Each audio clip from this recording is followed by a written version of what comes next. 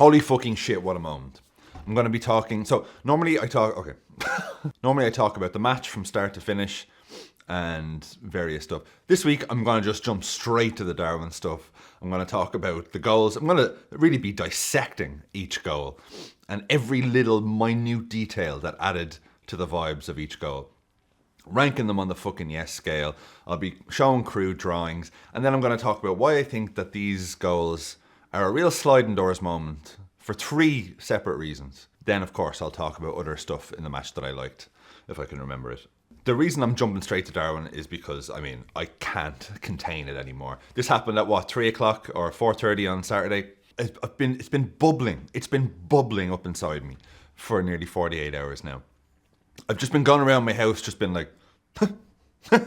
yeah, the Liverpool thing, yeah. Or I'm making dinner or something and I'm like, still kind of coming down off that rush and I'm just like... And my future wife would ask me, like, you okay? Yeah. She's like, oh, is it yeah, it's the Darwin thing. Yeah. Now here, like, this is the thing. By halftime, it looked like the sort of game where I was like, I think Darwin actually does really well here. So he comes on around 60 minutes.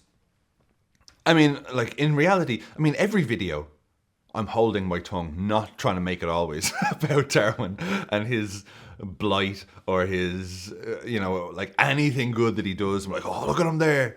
But I get it. He hasn't warranted a start up until now because he's been so shot of confidence. Like I was saying last week, I was only watching when Liverpool released all our goals in 2024. The first few months, he was on fire. And even when Slot first came in, he wasn't scoring the goals, but his general play was really good. People were like, hey, we could have him central mid. I mean, that might be crazy, but he had dipped so much in confidence. And man, you could see it when he came on. He looked a bit lost when he came on.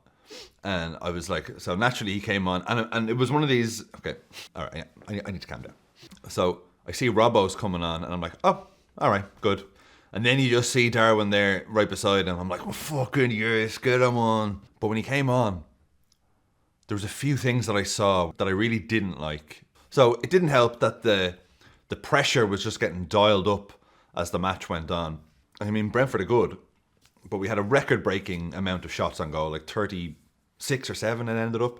Darwin comes on, straight away Robbo puts in, it was nearly another Slot masterclass of his, bringing on his 2 subs and they combined straight away. Robbo came on, put in a great ball.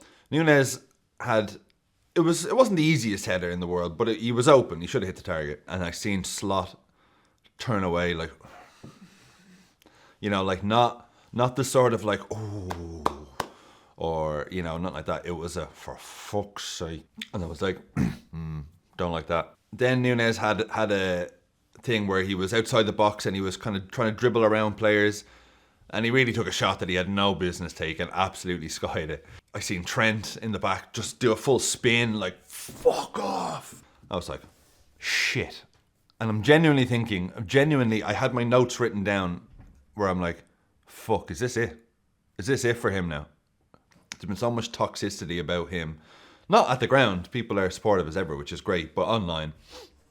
Which is why, I even hate when I look at a Nunez post on Instagram, like comments are disabled or moderated or whatever. I'm like, you shouldn't have to do that. But anyway.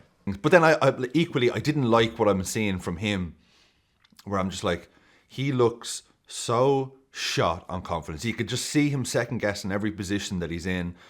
It's just purely a mental game with him. And I was like, oh, this is the lowest I've seen him. And then the clock's ticking to minute 90. I'm getting so pissed off with those fucking pigeons on the pitch. I was like, get those fucking birds off the pitch. They're distracting me. And then it happened. Let's talk about the first goal. It just seemed like it was just going to be one of those games. Another fucking draw. Are you joking me? Elliott, who came on. All the Slot subs actually played their part.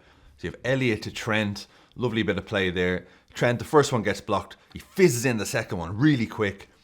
Before I even know what's happened, the ball's in the goal. And I'm seeing... It took me a split second to even realise it was Darwin because he took his shirt off so fast. I was like, who the fuck was that? When I realised it was Darwin, oh my God. I mean, at this stage, I haven't even realised that I'm no longer back on my couch. I'm nose to nose with the TV. I'm like, yeah! I jumped up and just genuinely even probably too much of a reaction, too much emotion. I was just like, and in a stroke of, I mean, this is how you know it was something's going on. I had the whole room to myself. Whatever happened, my family were in and out throughout the whole game. So with about 5 minutes to go, they all left the room. I don't know, something about my energy and not paying attention to them. I wasn't really paying attention, but it left me with the entire room not having to consider anyone else's feelings. I mean, the sitting room, empty at 4:30 on a Saturday. Absolutely unprecedented. So I could just properly fucking lose it. I mean, do you know and it was just one of those where it's like, Darwin's already got the shirt off. Just one of those where everyone's just going in one direction to the away end. You've got the Salah face, you know the face I'm talking about. That one, you know, like when Alisson scored the header. That one, the Salah only reserves for like, I really didn't fucking think we were going to do this. So you got that visual. You got the visual of Trent running, arms out. Oh, that's a good one as well. You've got fucking Chiesa, who looks like... Chiesa's like mid-stride this way and then turns like... Oh, you got Trent taking the ball and fucking booting it into the fans. You got Harvey Elliott kicking the other spare ball just because it's there. And then you've got all the fans just shouting, Nunez, Nunez. I mean, everyone's jumping on him. I mean... I fucking lost it. Oh, what a moment. And just even coupled with the Forest keeper banging the ground and the players kind of collapsing. Oh, that's what it's all about. Fucking lost it. He's holding up the shirt. You could see what it means to him. And I love a last minute winner. Like a last minute winner at Anfield is brilliant. You got the whole ground. But there's something I quite like about a concentrated corner of the stadium just losing their mind, that all the players just veer to, like every bit of fan camera footage is like it's right there because it's so close to them. Can't show you the goal, of course, even though the copyright strike is over, but I think this artistic rendering kind of gives you a rough idea as to what happened, just in case you happen to miss it. Even those fucking pigeons are having a laugh. Now, where does it rank on the patented FKN YES scale? You know what it is. It's a fucking 10. Well done, Darwin. Well done. And Darwin now becomes a 2-time FKN YES tensman. I mean, it's what the scale was invented for. It may as well be called the FKN YES scale, sponsored by Darwin Nunez. So at this stage, I'm just like, right, fucking defend. Everyone just forget everything else. Just fucking defend, because it's been so open back and forth for about the 20 minutes before that. I'm like, if we let this fucking slip now. So Nunez got booked anyway for taking his shirt off. That's relevant. And then, before the FKN YES scale even had a chance to recalibrate, they fucking did it again. And now this one, I mean, I love this one even more. Within a minute, Salah with a brilliant interception to play it back to Chiesa, wasn't it? It's all a bit of a blur. Chiesa to Elliott, all the subs linking up, and then you see Darwin again, and this time he has the, dare I say, post-goal clarity to actually, because I felt his positions has kind of been a bit all over the place the last few weeks, just because of his lack of confidence. Whereas this time, he's like, there's fucking loads of space over here, yeah, give it to me. Elliott finds him, even though Salah is running into that space as well, and if Nunez hadn't just scored, 100% he's leaving that for Salah, or he would have been beheaded by the Egyptian king. I mean, talk about a confident take and finish. He says, no, I've got this. Takes one touch. The Salah movement kind of confused that one poor bastard defender who was between the two of them. So Nunez takes a touch. The defender's like, huh?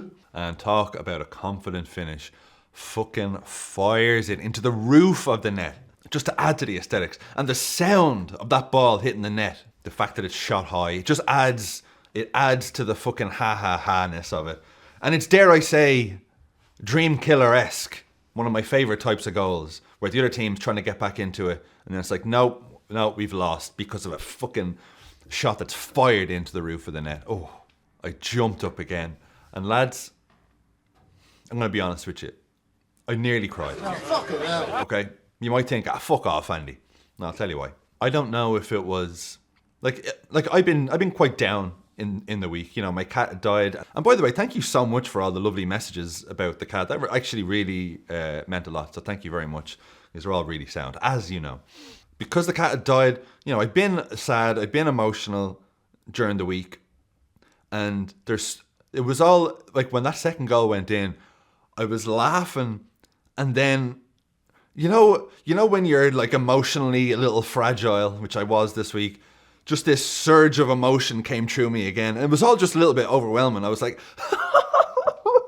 So this just big swell of emotion, I was just swept up in it. And how great, and by the way as well, how great to see Chiesa involved in both of these goals. Like, he's gone from one being directly involved in part of the build-up play, but also in the scenes, in the celebration. Because it's gone from a couple of weeks ago, it's like, ow.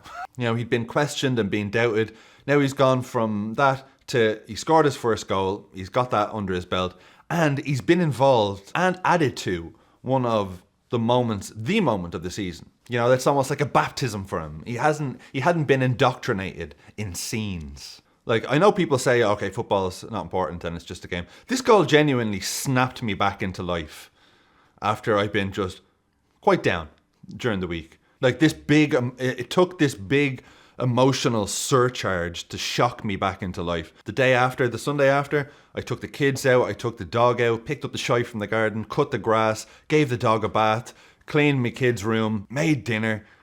I was up, bouncing around all day, and I feel like it's honestly just jolted me back into life. That's just me personally, that's just my personal experience watching it. But now, if you missed the goal, here is an artistic representation of it. I think you'll find that's exactly how it happened. What's he doing? He's beginning to believe. I'm actually quite proud of that drawing. Just fucking yes, man. Fucking yes scale. It's a fucking 11. There it is. Yeah, baby! That's what I've been waiting for! Dear God, it's beautiful. It's unprecedented. I thought I'd only be breaking the 11s out for like a last minute in a final, but I can't argue with this. That's my heart, not Darwin. Well, I can't argue with that either. And by the way, if I can take this, before I go into why I think this is a sliding doors moment, for 3 reasons. I'd like to, hat in hand, ask you if you could like and subscribe and do all that stuff that YouTubers ask people to do. If you want a t-shirt like this, there's a link in the description. I have them in black, I have them in Liverpool red, and I have them in Uruguayan blue. Also, if you see these are all faded, yours won't fade like this. This is just a different company that I got the prototype on. So that's why I didn't go with them. Here's why I think it's a sliding doors moment, right? The first is for Nunez himself. Like I was saying, I was thinking, shit, like I think this is it for him now. You know, there's offers coming in that were rejected, thank fuck. And I'm just like, shit, like I want him to do so well, but he couldn't get out of his head, or, you know, I didn't know what, but I was just like, my heart was breaking. So to pull out a moment like this, becoming the all-time leading goal scorer of 90-minute plus away goals in Premier League history with 3, but it's something. But that just sums him up. Not only for him to win the game for us, but to do it in the most Darwin Nunez thing possible would have been for him if he took his shirt off for the second goal and got himself sent off, which he nearly actually did with a tackle, which, let's face it, was 100% a yellow, but the gods were smiling on him that day. Thank fuck. I mean, it almost would have added to it, the Darwinness of it. Come on, get 2 goals and get sent off, all in the space of like 5 minutes. One of the reasons why we all love him so much is for moments like this. His confidence gets a huge boost. You got fans chanting his name. You've got the players coming in, all just being like, yeah, after like a full time. When the full time whistle goes and he just kind of looks up like, oh my God, thank you. The moment with the fans where he's just like, oh, he needed this so fucking bad. So he's just given himself a huge. It just, you know what? It gives him a platform now. You know, look. There's going to be still ups and downs during the season, but if he can hit a bit of form now, I don't think he's all of a sudden just going to score 2 goals every game. But the confidence this will give him, like a confident Darwin Nunez is a beast. Just anyway, absolutely fucking brilliant. So it's sliding doors moment for him, I think, in that. If he doesn't do this in this game, and he had those few little chances that he missed and kind of wasn't that effective in the game, and we go on to draw another game, you'd be like, you know, like I was saying, I was even thinking myself, like during it, I was like, fuck. So absolutely brilliant for him. Number 2 for Liverpool ourselves, because it put the pressure right back on Arsenal, who inevitably bottled it. By blowing a 2-goal lead against Villa, which was extra sweet, just even watching that, where you're just like, but also for us, we kind of looked a bit like we were, you know, slowing down. Like, I don't know if slowing down is the word, but like, it was on the verge of like another draw that we should have won. And you're like, and just the mood with the toxic shite online, the contract stuff, you know, singling out players, singling out the fullback, singling out Nunez. You know, oh, look at what Man City are doing. They're signing these players, and we can't even. I mean, first of all, would you fucking swap? Would you swap at anyone else? Would you swap at any other team in the league? But it was just like, if this had been another draw, I mean, can you just imagine? These people don't need a lot to twist it into absolute disaster mode. So for Darwin to give us that injection of vibes, you know, and good-natured fucking, like, we've been great this year. Obviously, we're probably the best team in Europe and therefore the world, but we've been getting our job done quite professionally, and it's kind of been like, this is like, it's not easy, I know, but we've kind of made it. We've started just so well. We hadn't really faced a lot of adversity, so it was a little bit just like professional, like no big release, which we had, you know, lows under Klopp, arguably maybe too many, which is why we kind of, maybe the energy fell. So like, it's important that we have these professional wins, but there just wasn't enough scenes for me. And these are the moments that absolutely colour a title win if we can go on to do it. It's become, now we have like a big moment in the season where it's like, fucking yes, where you know that other clubs are looking on going like, fuck off. I mean, you just couldn't script it. If you were to give me a blank piece of paper, Andy, write out your dream scenario on how this match ends, first thing I go to would be like, well, a Darwin winner in injury time, and all the players lifting him up and fans chanting his name and him being emotional and everyone, you know, loving him and praising him. You got it. What? Just, I mean, this is what it's all about. And it was a slot special as well. Another clean sheet, which Ali desperately needed, I think, because his performances had been just not up to his standard, I think. He's still kind of, you know, getting back into the rhythm of things. Clean sheet, absolutely needed. Also for our defenders as well. Trent played phenomenally well. Konate just does what he wants. Szoboszlai as well. I mean, he's getting better and better. And what a time for him to be getting better. If only that shot that he smashed off the bar went in. I mean, he is looking phenomenal, literally and figuratively. I also thought Robbo was brilliant when he came on. He came on and immediately started showcasing his delivery. Put a great ball in for Nunez. Had another great ball just a few minutes later. Tsimikas was okay, but I was glad that Robbo could come on, show what he's got as well. You know, I love that all of Slot's subs basically worked. Most of them involved in both goals. This crazy Dutch bastard, man. So that leaves us basically exactly where we were last week, but with 2 games further gone. 6 points ahead with a game in hand. Oh, and I seen this from Adam Rowe on Twitter. Let me just get it up here. 87 points wins us the league. That accounts for City winning every game from here and Arsenal/Forest dropping 6 points. Liverpool need 37 points from the next 51 available, so we've 17 games left. We can afford 11 wins, 4 draws and 2 losses. So, if inevitably we drop some points as we march our way to this title, Let's not freak out. We can afford that. Felt good getting all that out. Oh, also on a side note, I'm loving Slot and the fourth officials because it's very Klopp-like. I can tell Slot is being mad sarcastic with them because he seems so cool when he's talking with media and all this sort of stuff and press conferences. But when I see him on the touchline, he's like, oh, okay, every fucking time, you fucking having a laugh. Oh, you what? Oh, okay. Oh, every fucking time. Oh, that crazy Dutch bastard. Well, unprecedented stuff here. A 10 and an 11 on the fucking yes scale. So, we're in action again tomorrow against Lille as we try to remain top of a little other competition that we're in called the Champions League that we currently are top of Europe. Another chance just to put a little extra bit of another step in the momentum as we're kind of getting our momentum back so we can fucking win the league. I'm sorry. Right, I'm going to go and continue watching that goal on repeat, which I have been doing all weekend. Thank you so much for watching. Up the fucking Reds, and I'll see you in a few days.